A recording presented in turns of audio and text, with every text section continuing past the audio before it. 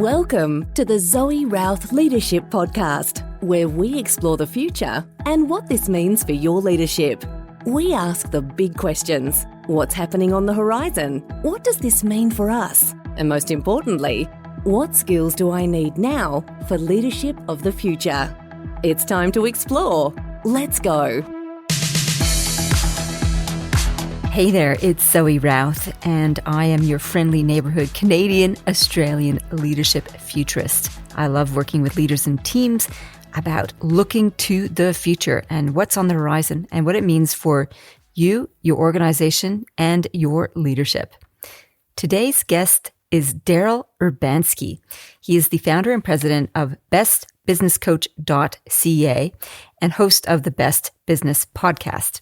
He is a business expert, and he started off not as a business expert, but a kid trying to have a go.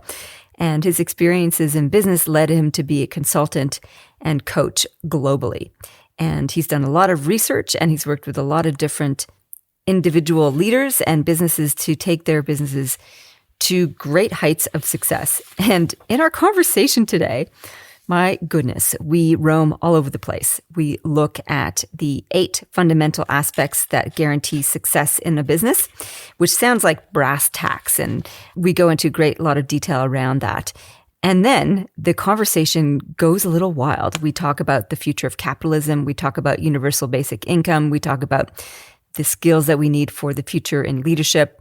And yep, you name it, it's right in there. Some of it may be controversial, some of it may be challenging, and some of it is downright practical and useful. So without further ado, let's get into it. Well, all the way from Philippines, welcome to the show, Canadian originally, Daryl Urbanski. Hey, well, thank you, Zoe. It's an honor and a pleasure to be here. Now, you're all about business, so I love the resources that you sent through prior to the interview, telling me about your history, your focus, and your energy is awesome. Telling me, how did you get into this line of work, and how did you end up in the Philippines doing what you do? So, I mean, we can go way back. So I was 17. So first off, as a kid, my uncle in Toronto really, I always credit him with giving me the sense of recognition and prestige in business. Every time I go visit him, I always feel like he was kind of like the godfather. Like people were always coming and like bringing gift baskets and thanking him. And he was a local business owner. He was helping people, and he really gave me this impression that business is about helping others. And I could see the people like loving him back. And that made a big impression on me as a kid. And when I was 17, I did this government program called Acutely. I got to go around Canada for 9 months as like a full-time volunteer worker in a city, essentially. And I did a bunch of work. And when I finished that and I ended back home in Ontario, I wanted to go back out to the West Coast. I was like, the West Coast was amazing. I want more of that. And I didn't know what I was doing, but I knew I needed to find a way to, I went online. There was online classifieds. I called this lady. I rented a room in her house, and then I needed work. And I had no idea what I was doing. But I went to the Chamber of Commerce website for the city, Penticton, and I just scraped all the emails of all the businesses in the chamber. And I put together it was pure spam. But I was 17, 18, I didn't know what I was doing. I had a 3-step email sequence. The first one was like my resume and a cover letter. And the second one, I attached a PowerPoint presentation file. And the last one was like, final notice, I'm hitting the road tomorrow and I'm going to hitchhike out there. And it worked. I had a couple of interviews lined up before I got there. And that was my foray into marketing, per se. And, how do we go from there? So after being in Penticton for 4 years, at one point, I wanted to start a hostel. One of the jobs I had was the night manager of a youth hostel. And I loved this idea of using renewable technology and maybe opening up my own. And I ended up getting an investor and a letter from the economic development officer from Soyuz, which is right on the U.S.-Canada border. And a bank approved my loan to buy a building and renovate it. And I was looking at this, and I just bought a car, which was my first purchase, and I went against the advice of my mechanic friend, and I've regretted it immediately because I had to make these repairs on this car. And then I'm looking at this thing like, I messed up $1,000, $2,000 purchase just now, and I'm looking here at like a $300,000 loan, and I'm like, I haven't even had a girlfriend for more than a year. I'm about to marry this money, and if I make a mistake, I'm going to spend the rest of my life trying to pay this money back. And I knew that I just didn't know what I didn't know. and I backed away from it. And then I was kind of floating. What do I do? And I left the West Coast, went back home, decided to be a good son to my parents. And that led me to meeting a girl and us going to Japan together.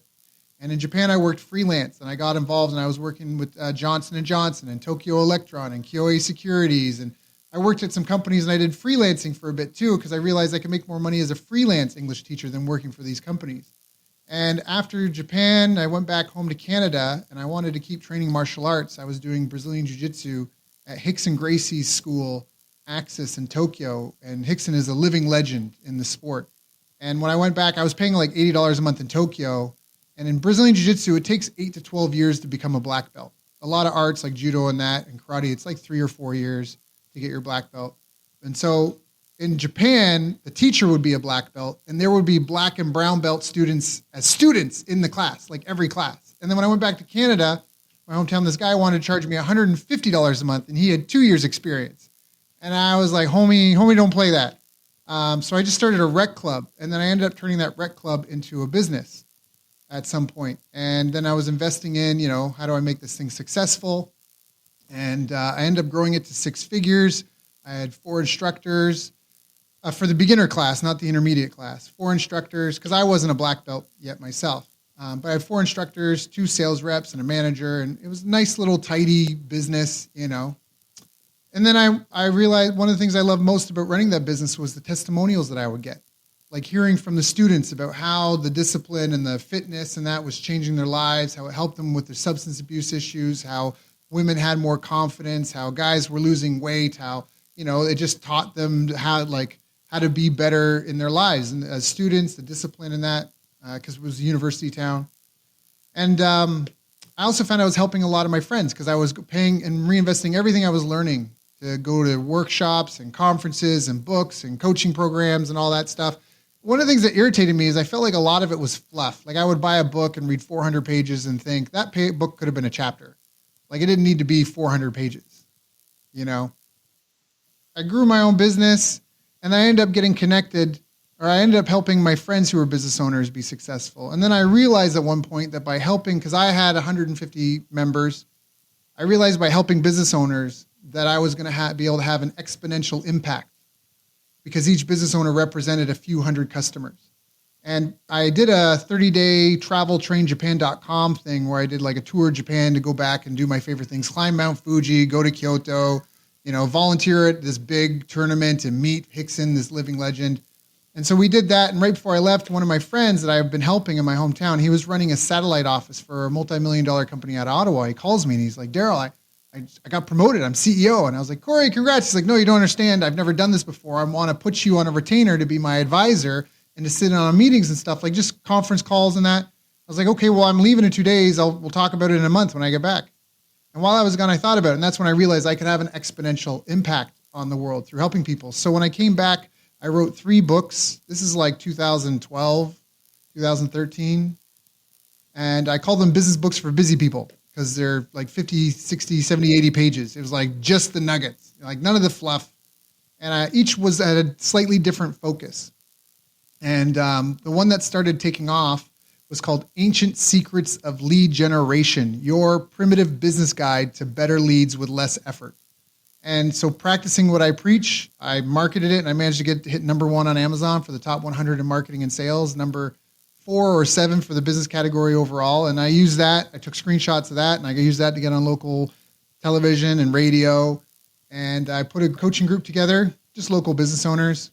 And, skipping and fast forwarding, I ended up getting connected with John Assaraf in San Diego. His claim to fame is he's helped build a couple multi-million-dollar companies. He wanted something that I knew how to do. And I ended up packing up my martial arts school for a very generous signing bonus to move there, and like 100,000 US per year plus 2.5% of everything I helped him make. And we ended up doing around $3 million in 8 months, and 1.6 of that was with a single automated marketing strategy that we did online. And after working with John, I went and worked with other people, and we had not success quite to that height, but we still did hundreds of thousands with other people. And after doing this 2 or 3 times, I had a waiting list of people that wanted to work with me. And I started kind of trying to figure out like why are some people having success and not others? And this has been a common thing that people wonder and ask about.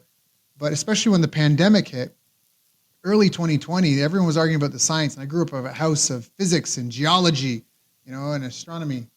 And like a house of hard science. And what does the science say about business success? So I spent $50,000 to hire 7 different, I call them research teams, because sometimes there were 2 or 3 people, but different countries. I hired 7 different individuals and groups of individuals to help me go through all the academic literature to figure out what does the science say, because Blockbuster was a $1 billion company, right? They were doing $2 to $6 billion a year, and they were run into the ground and filed for bankruptcy because of Netflix.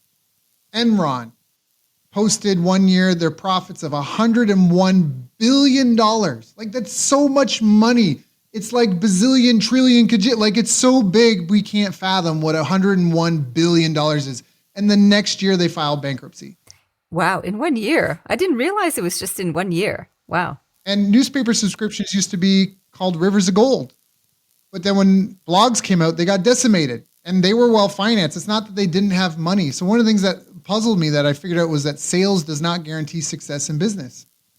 And so that's one of the things, because I figured out how to set up some of these machines and help generate leads for people. But, and even there's something called the Oprah effect, that when Oprah was big, before you could even be mentioned or go on Oprah, they would audit your business because they would kill businesses. If Oprah just came on and was like, oh, I just got my coffee from this place I love so much, it's just because it's something that's part of her life. The volume of people that would go there and the buildup of negative reviews because they couldn't handle it would bury the businesses, right?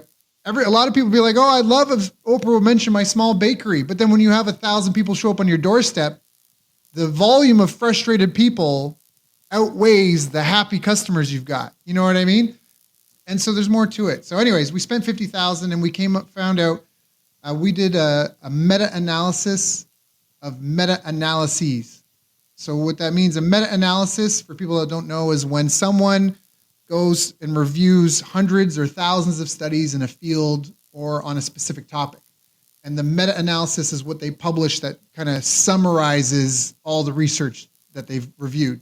So we tried to do a meta-analysis of meta-analyses, a systemic review of everything to say, like, what does it say? And not just one country, but, what does Dubai say, or the Saudi Arabia? What is in Thailand? What are the universal principles? And we found that there were 8 critical success factors for small and medium-sized businesses. So the first one is self-efficacy. The second one is market intelligence. Wait, can we just start with self-efficacy first? What does that actually mean? Yes, so I'm so glad. So first we had to figure out all the things that all these places people proved. This study proved these 4 factors. This study proved these 8 factors. This one said these 2 factors don't help. And we tried to figure out what makes sense of these and and we came up with these 8 factors. And then once we had the 8 factors, then we actually drilled down. You're going to love this. We drilled down into each of them. So what I mean by that is we took a look, self-efficacy. What is self-efficacy? So we looked at meta-analyses, like one we've got here. Let's put the person back into entrepreneurship research. A meta-analysis on the relationship between business owners' personality traits, business creation, and success. Emotional intelligence, a meta-analysis investigation of predictive validity of nomological net. There's all these studies, personality aspects of entrepreneurship. A look at 5 meta-analyses.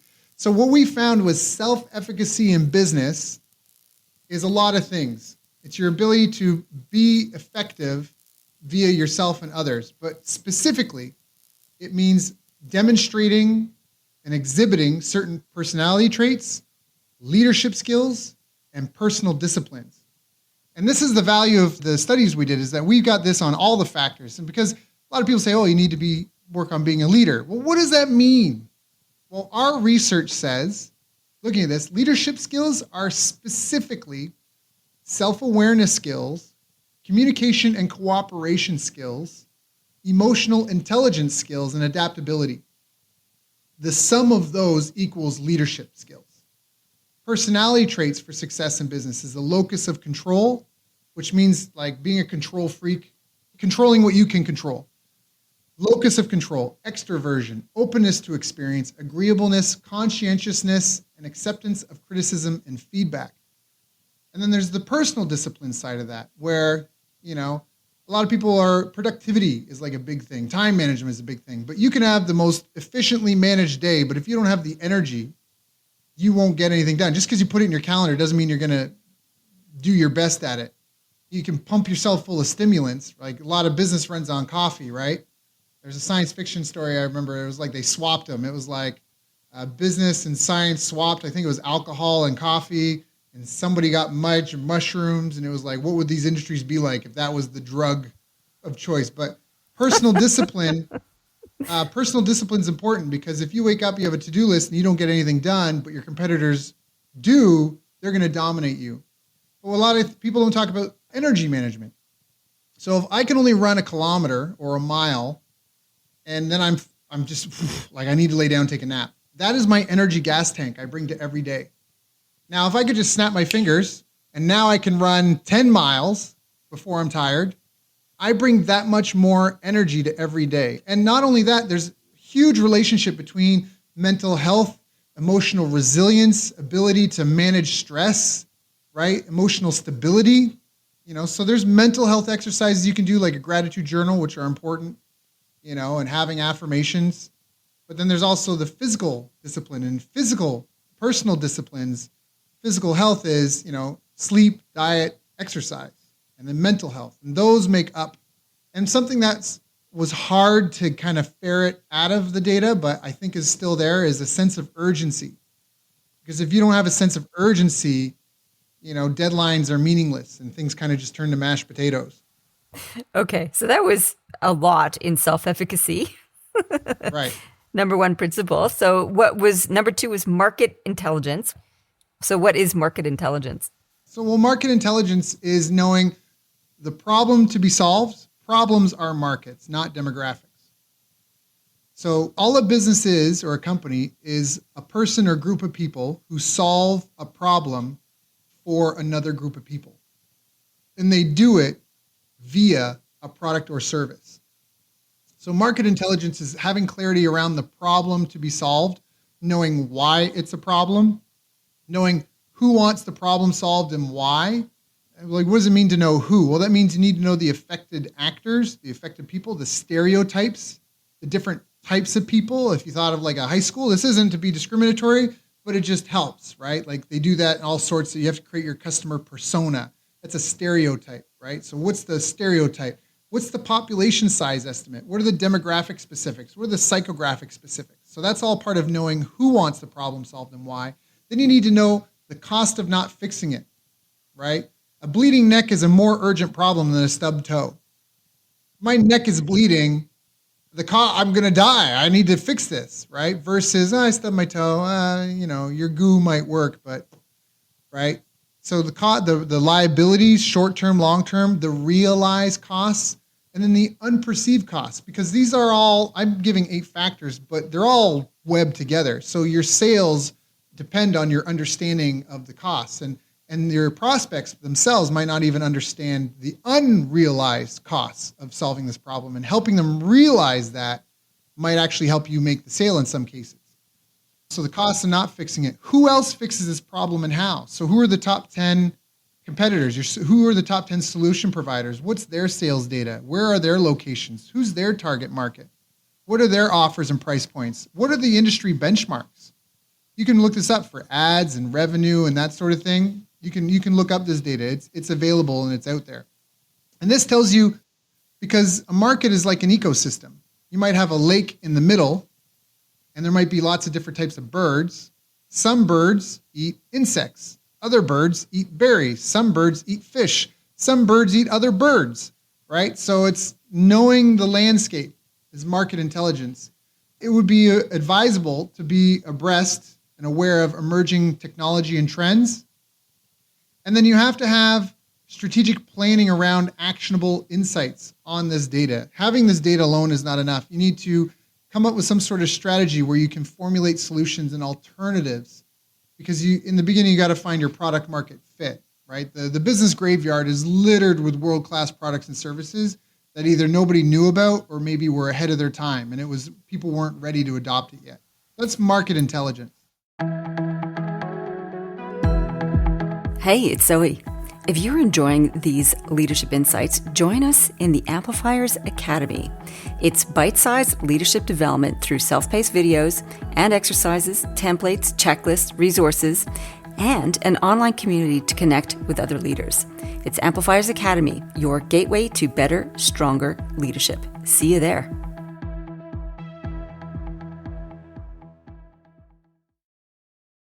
Okay, so that's number 2. What's number 3? So it would be strategic planning.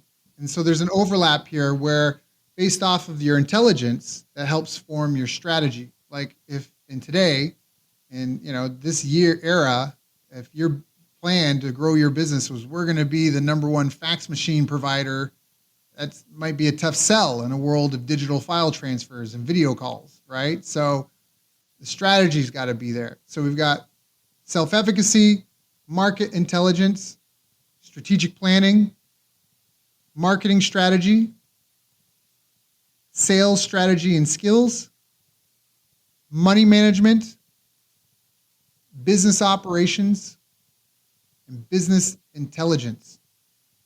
And a lot of these sound self-explanatory, but some people, the ones that they get confused are self-efficacy.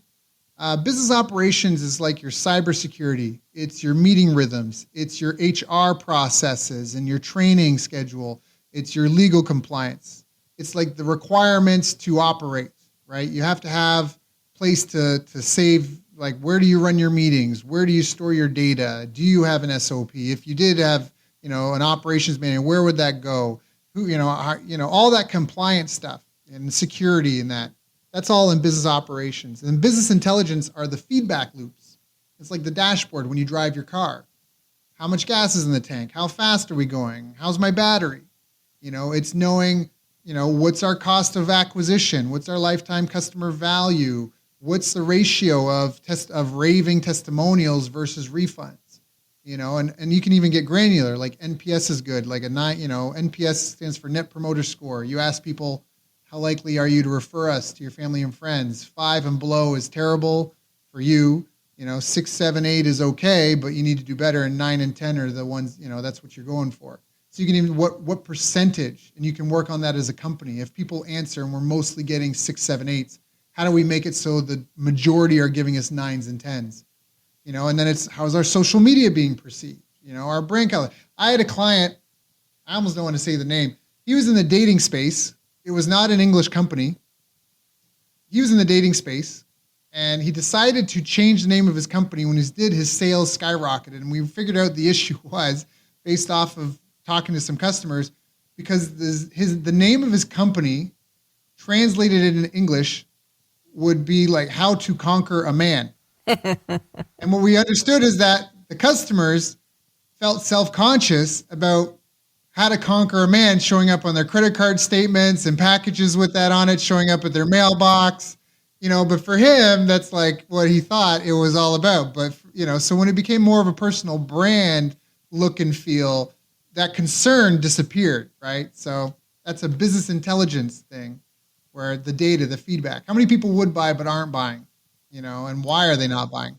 That's a really important one. And I think that's a similar story for romance writers. Like people will buy romance writers based on the image on the cover, and they don't want that to be shown anywhere else. So they hide their reading, which doesn't help the author at all if they're trying to sell these books. So how do you do that? How do you change your cover so that people are happy to buy it and also happy to show it? There's a lot of romance writers who hide what they're reading. Right. And that comes into knowing what's the problem you solve and why is it a problem. And now you can see the relationship between all of this, right? And how they all interplay and relate. Now, there was a 9th factor. So the 9th factor is government and economic conditions. Is the government favorable to businesses, or is it hostile? Is the economy good, or is the economy bad? This is something that maybe handicaps or accelerates your potential. But regardless of if the economy is good, regardless of if the government is friendly or not, the only thing we discovered a business owner, a small and medium-sized business owner can do is focus on the 8 factors. That is your area of control. And you adapt within the government and economic conditions. Right. So these are the fundamentals that every business owner, it sounds like perennially needs to be across. When we're looking at the future, and especially the future of leadership and future of leadership in business, what do you think needs to change, if anything? That's a great question. And I feel like there might be two parts to this. So there's one part that's a bit of a wild card, but there's another part that's really clear. And so the one part that's really clear is everybody kind of wants to get work done and make passive income, have it fly out of their computer. And the reality is even if you're in real estate, your tenants are people, the contractors are people. So we got to develop our people skills more. I think that's a really important thing. I think that things have become so divisive lately, and especially with social media creating echo chambers, it makes it hard to kind of step through cultural, like there's just such a big culture war going on worldwide, and there's pockets of it everywhere. And that's something that I think is going to impede a lot of collaboration, and it can impede we just went through an issue where you weren't vaccinated, you were segregated from society. There's all these kinds of things that I think are these hatchets we have to bury, so we can move forward in that. And there has to be a development of emotional intelligence in the sense of even cultural intelligence. And again, this comes back to the people skills. So in some ways, we're so into our devices and we're so, what's the saying? Like, we're better connected than ever, but everyone, like how many people are having big parties these days, especially because of the pandemic and that. So it's like we have to get back to all we are is people solving problems. And even if the AI takes over, this is the other part, there's the people that program the AI. Like look at Uber, or if you're in Asia, Grab, these things. There's the people that are coding the software, and then there's the people that are being controlled by the software, that are being told where to go, and they're having their time, like the Amazon delivery trucks, right? Like there's the person that programs the software, and then there's a delivery truck driver that's got to meet the quota and make it on time because the GPS says it's this long to get there. And if they're not on time, there's these efficiencies, and like humans are not robots. So it's this kind of weird art science of that I think our leadership is going to be a challenge for leadership, is bridging these, like this culture war. It's tough to transact. It's tough to have a farmer's market if there's bombs going off all over. And it's the same sort of thing if there's like cultural bombs going off, causing divides between people everywhere. So we got to find a way to come together, if that answer. And that's why I say it was kind of two parts, because one is the human aspect, and the other part, as far as challenges, is that, software is just another form of robotics. I may sound smart saying this, but I got this from a guy named Naval, who's way smarter than I. But software is just robots that are ones and zeros, and you store them in servers. But when you have a software as a service, it's like a robot army. And the cost of replication, it's almost like an assembly line, like it's nil. It's copy, paste, copy, paste, copy, paste, copy. So code and media give phenomenal leverage, right? Right now, you and I are using media to record with code, and we can replay this for 100,000 people if we want. And everyone gets the same quality as what we recorded, right? This is what's made a lot of the fortunes in Hollywood. They figured out that we could be putting on theater, but now that we have this recording device, we can put on our best performance ever and record it, and everybody will see our best day ever. Comedians figured this out with their specials. Musicians, you can come see me live, or I can just record myself playing the best I've ever played these songs and sell it to you. And I'm doing other things, and you're just buying the DVDs and that sort of thing. Well, and virtual reality will make it so that you can participate in that as well. Right. So it's not just watching, it's actually being involved with it, which I think is an interesting development. And the whole thing could be an automated experience. So that's going to create unequal returns in terms of, typically in a meritocracy, the highest producers get the most. The farmer who has the most productive farm produces the most best food, ergo sells more because they've made more. They had a more productive farm, or they were able to grow bigger pumpkins, and it's sold by kilo. So they make more than the farmer that can't grow big pumpkins because they don't have as much inventory to sell. But this is kind of what's happening, is we're having companies that have realized this and are leading into code. But what a lot of people don't realize is all of our technology that all stands on a scaffolding of tradespeople, like farmers, like electricians, and nobody wants to do those jobs anymore. And that's going to be a challenge. Like, they're already becoming a challenge where people won't have repairs they need to get done to their home and they can't. It's 6 months to get a plumber to come to your house, right? Because everybody wants to chase these jobs. That's going to be a challenge to leadership as well. Like we've seen in the Great Resignation, as they call it, there's debates. Is it a Great Resignation, or has disability skyrocketed because of response to the pandemic? What do you mean by that? Has disability skyrocketed as a response to the pandemic? In the last 18 months to 2 years, I think there's been a 10% increase in the number of disabled people in the United States. And that's a 30-year trend, 30, 50-year trend. They track it. And all of a sudden, in the last 18 months, boop, it's up 10%, which is phenomenal. They just added like 3 to 6 million disabled people are self-reporting as having a disability that's preventing them from performing at work. What's that about? Is that long COVID? Is that an injury from the medicine we will not name? Is that psychological trauma of some sort because of what we've gone through and how divisive things have been? But there's a lot of people that are struggling to fill roles in companies right now, and that's part of it, right? Again, it's this weird catch-22. And so that's a challenge for leadership, which comes back to the people, and maybe I didn't articulate so well, but there's the technology side where you can have disproportionate returns. So everybody wants to go in that direction because, hey, I can have a disproportionate return on my income because I've got code and media. But if the electrical lines to the servers to go down or the wires aren't done, then you got no infrastructure. Without infrastructure, people's houses don't, right? Like, if we all stand on this bedrock of infrastructure, and that's not as highly leveraged. The robots haven't actually filled that role entirely just yet. So the full automation in agriculture and electronics, say, for example, and house repair and house building, that hasn't been fully completed yet. And that's a really interesting observation that people are moving out of those sectors because they don't want to do the hands-on stuff because you're trading hours for dollars as opposed to leveraging off electronic platforms. So that I hadn't considered that as a contribution to the great shortage of people. The war for talent has been happening. And I certainly didn't know that there was such a huge increase of people claiming disability in the US. I don't know if it's the same in Australia. I have to look into that.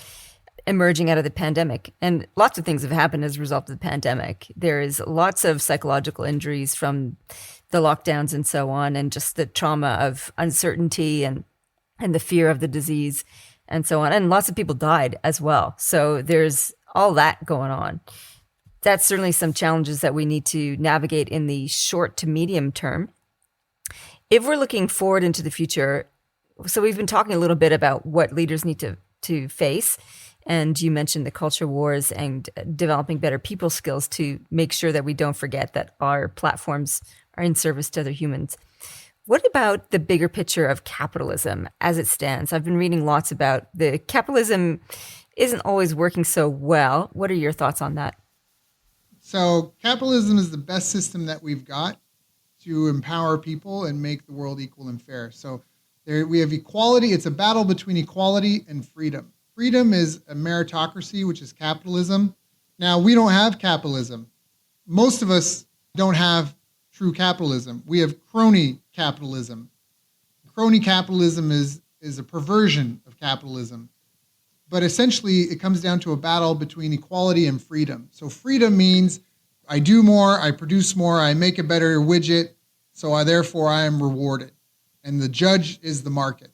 The market, right? The future is unknown and unknowable, but everyone can recognize excellence. So therefore, by having it be a meritocracy in solving problems, people will always gravitate towards excellence and reward excellence. So it's almost a self-optimizing system. And that's even if you look at China, it wasn't until they adopted a form of capitalism that they were able to pull their country out of poverty and have one of the greatest, creations of wealth, for a generation, fastest, I should say, right? Where they pulled all these people. Nothing has pulled people out of poverty like capitalism. Equality is communism. Equality is it doesn't matter if you're a better doctor or not. You're a doctor, and this is what doctors make.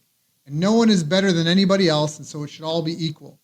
Now, the reason why that doesn't tend to work is because someone has to determine, and it's like management by committees, where you have 50 committees that all have to agree what a doctor should be paid. And then a small group of people have to collect all the resources from everybody and enforce the collecting of resources, usually through violence and threats, so they can pool the resources in one spot to then allocate to the populace from this one spot, which completely decimates any middle class entirely.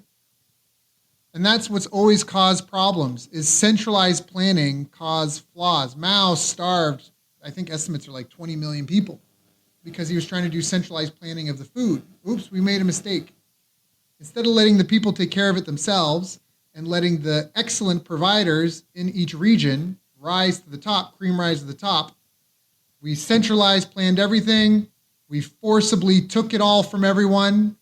We dealt with the loss of transporting to the spot. Maybe we didn't manage it well. I mean, it's the difference between like a private enterprise is very efficient and a public one is very bloated and inefficient. Can be. Typically, right? Speaking, if you ask the government to accomplish a task, it's going to cost 10 times as much, take 3 times as long than if you hired some private contractors to do it. Not always.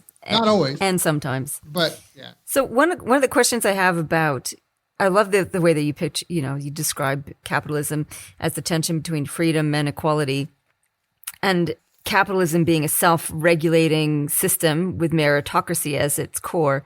I think the challenge with that, though, is that works if everybody starts on an even platform. It doesn't work when there's lots of people who are behind the 8 ball from the beginning and they don't get an even crack at being in the meritocracy game because of where they grew up, because of their family background, because of the education that they didn't get. And so they may have the natural skills, talents, and abilities, and yet they don't even get to the starting line because they're behind the 8 ball from the beginning. So I think there's a challenge with that. And I think that's sort of where the government intervention or a tweak to the system could be assisting, because I think pure meritocracy doesn't allow for the full spectrum of human experience. What do you think about that? Well, I think that I agree with you. It's a tough to answer question because I don't think there's a magic bullet. Just like the same thing, there's the carrot and the stick. Ultimately, all forms of motivation come from carrot and the stick. You can love your kids as much, but I believe in spanking your child only if it's really deserved. Like, I just think that there has to be cause and effect. And so I don't think that that's the only thing. And I think it should be very minimally used and only in the most deserving of circumstances. But I still think that you need to beat your kid if your kid is doing something like horrendous. If your kid is like whipping the cat down the stairs, you have to say, child, this is why. And people can disagree if they want, but child, this is why I'm going to spank you so you can understand why you shouldn't treat the dog like that, because you don't like getting your butt smacked. It doesn't mean I beat the kid up. It doesn't mean I get a belt and none of that stuff. But it's like, I feel like part of why I'm going on a bit of a tangent here, but I feel like part of why we get these school shootings is because you don't have kids growing up on a farm where they've been kicked by a mule or they've hit themselves in the foot with a shovel. And they have these video games and they have access to something as high powered as an assault rifle that they can buy in a Walmart. And then they're acting out their emotions without understanding the physical consequences of those things. So to bring this back, I don't think there's a one-trick pony in this. I think it's like a yin-yang, where sometimes we need more of a meritocracy and sometimes we do need more equality because, monopolies can form and exist and they're detrimental because they prevent competition. And competition, makes the best of us, so to speak, right? Competition pushes us to do a little better, be a little harder. Once you have a monopoly, there's no reason to innovate. There's no reason for one or the other. So it's like a yin yang, and our lifespans are so short. If we could step back and take a look at 4, 5, 10 generations and see the seesaw going, I think it's like a clumsy, like lurching forward of progress, where we get sick of one and we flip to the other. But then extreme in anything is no good, and that's kind of my answer to that. And I think that, but ultimately, we have to keep fighting to purify meritocracy and then give people an opportunity to get into the game. And that's a bit of a catch-22, right? So it's like what you're saying, but I don't think it's like a sweeping, like right now there's people that are hoping for a universal basic income and stuff like that. And it's just, you can't rubber pad the world. I'm going to say 2 things about it. One is my favorite quote. Every morning in Africa, when the sun comes up, a gazelle wakes up. and it knows it must outrun the fastest lion or it will be killed. Every morning in Africa, when the sun comes up, a lion wakes up, and it knows it must outrun the slowest gazelle or it will starve to death. The moral of the story is it doesn't matter if you're a lion or a gazelle. When the sun comes up, you better be running. And that I want to relate back to, like right now, if you look out your window and you see the birds, like there's a bird right here in the window, or this tree right here. That bird doesn't get a holiday. There's no Christmas break. There's no weekend. There's no mental health day. That bird has to go and fend for itself every single day of its existence. These are social constructs that we've made, weekends and holidays. And so that's where I think in some ways we become weak. Luxuries make you weak. Adversity makes men. And people forget that we do live in a universe with real physical boundaries. And if there's no food, then people will starve. Not everybody has a pure heart. As much as we want, this is a diverse world. And if you think there are not people that are willing to eat your lunch and step over you and will not blink twice about doing it, you're living in a fantasy land. Like that was a big shock. I'm Canadian. We're known as the big friendly people. Now that I've traveled the world and that, I feel like Canada is kind of like Hobbitville, because like in the Lord of the Rings, like we're just these friendly people that live in this nice, safe neighborhood in the Shire. And we don't understand that there's goblins out there and there's like people that have been hardened by the harsh realities of life. You know what I mean? And like they have this pain that they carry with them. So anyways, I'm on a bit of a tangent, but I just think like universal basic income, the Japanese have a term called ikigai, which is your reason to live, your reason to exist. They don't believe in retirement in that sense. That you should find a purpose and have meaning in your life. Universal basic income is good in the sense of people should, like I think that maybe universities should be paid for, people should be able to learn, but there's got to be at some point, you got to cut the umbilical cord. Like whether you like it or not, nature is going to take over and it's going to be survival. Like there will be an extinction level event on this planet at some point in time. It's not if, it's just when. Will we have developed the engineering and science that we need to protect ourselves from that or not? If everyone's just on universal basic income and they're playing the harp and they're drinking wine and singing and dancing and having orgies, is that going to protect us from that? Like there has to be a real sense of survival and a need to constantly improve and develop new knowledge. There's static societies and dynamic societies. And the static societies are about maintaining the status quo and in having a good time. And they all have disappeared. The dynamic societies have problems they work hard to solve and overcoming them creates new problems, but they continue to survive. As long as they keep solving the problem, they'll continue until they have a problem that kills them, that they didn't survive in time. Yep. Well, the bit of research I've done on universal basic income, there's largely the tension of how much is the right amount, like what's the Goldilocks? Because if you give people too much money, then they rest on their laurels, as you said. And I think they found the sweet spot is basically enough income so that the bare minimum is provided for. So you've got shelter and you've got food. And after that, you have to apply yourself. So I think there's sort of an element to that. And I haven't come to a full conclusion around universal basic income as I'm trying to understand the economics of it and the logistics of it, as well as the potential impact on it. So I was curious to hear about what you thought about that. So thank you for sharing that. It's tricky because who's going to do the work to provide the universal basic income? And what will they be rewarded with? It comes back in tangent with the evolution of robots who will take over all that primary process-driven work, Who's going to maintain the robot? Yeah, it still comes back to someone's got to maintain the robots. Someone has to develop the fleet. Someone's got to be there. And I know that there's this idea that soon we're going to have AI and that's wonderful. If we have AI the robots can build their own robots and anticipate our needs, great, but we're not there yet. And until we get there, you're always going to need a mechanic to fix the machine, and that's great. Why would that mechanic get up and do that job for you? Why would they do that for you when they could go and get on universal basic income and do something? Well, they have to be rewarded somehow, so they have to get more than the basic, which means we're not going to get rid of the hierarchy. Social hierarchy was created because... What do you mean by... tell me about what do you mean by hierarchy? So originally, we were nomads, and then we learned to farm. And the one who had all the food was king. Don't know if that's how kingship actually worked. They didn't have all the food. They typically enforced it with soldiers, right? This is the samurai in that in feudal Japan. When you live, like even if you go to Tokyo now and you rent an apartment there, I remember when I moved in, we had to pay like 5 months rent to move into this place. We had to pay first month, last month, a security deposit, and then 2 months key money, which was gift money. Because in feudal Japan, you would have to pay a gift to the warriors who would protect your family while you sleep because they're watching the perimeter all night.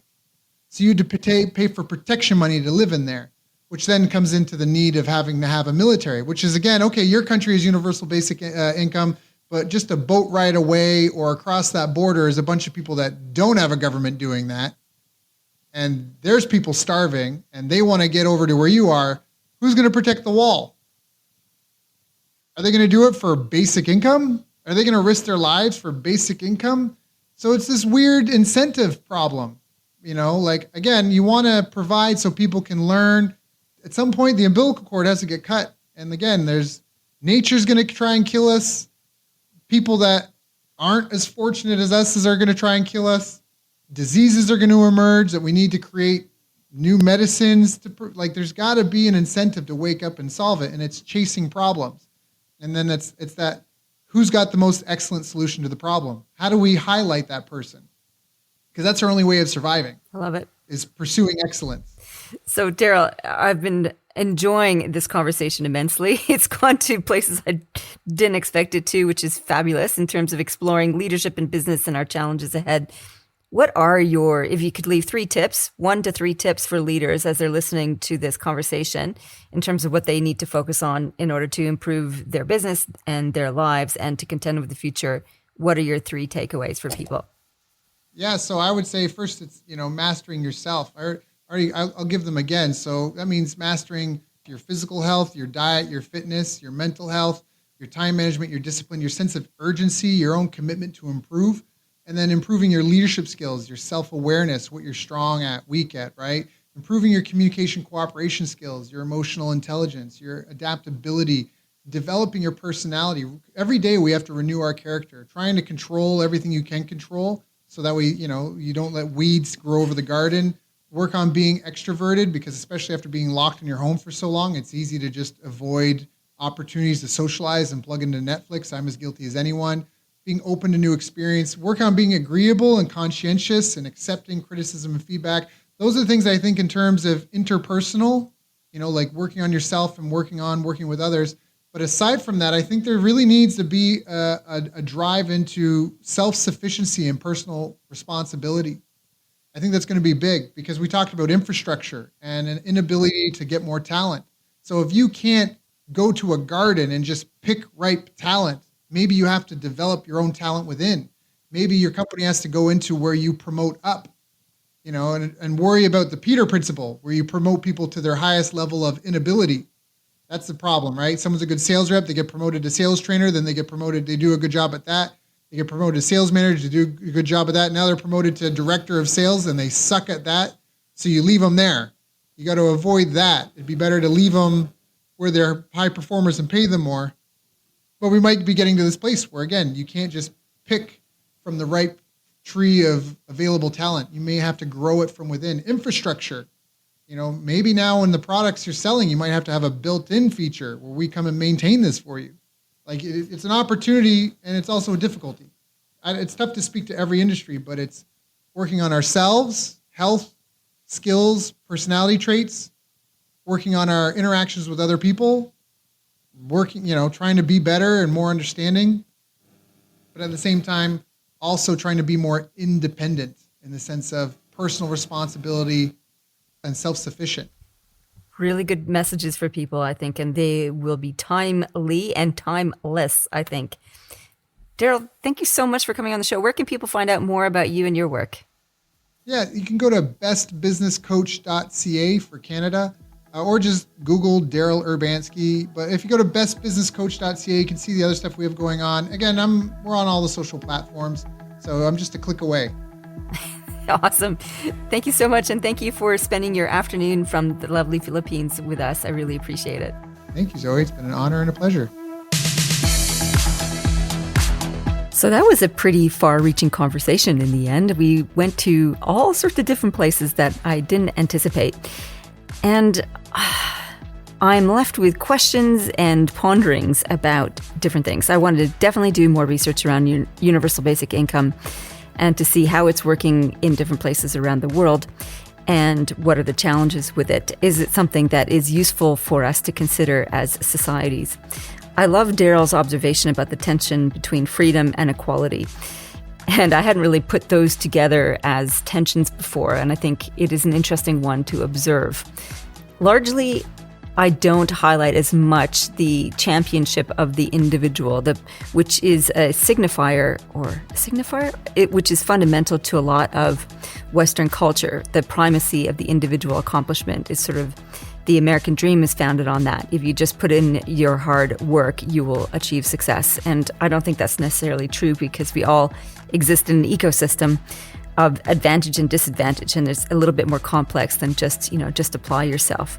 So I think I'd consider that individual efficacy aspect of it within a greater context. How can we tweak the system as well as assist the individual?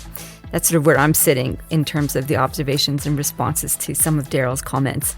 In any case, what he said after we clicked end record was profound and powerful as well. And he said, we all want the same things. We all want to live well and thrive and have a good life. And I think if we remind ourselves that's what we all want, no matter what angle we are coming from and which path we want to take, then we'll be doing each other a good service. I look forward to hearing your thoughts on this episode. You can email me, zoe@zoerouth.com, or you can comment on the Facebook page. It makes it more of a conversation, and I love to play with these ideas more with you. In the meantime, live well, lead well. You've been listening to the Zoe Routh Leadership Podcast. To find out more about leadership of the future or to contact Zoe, go to zoerouth.com.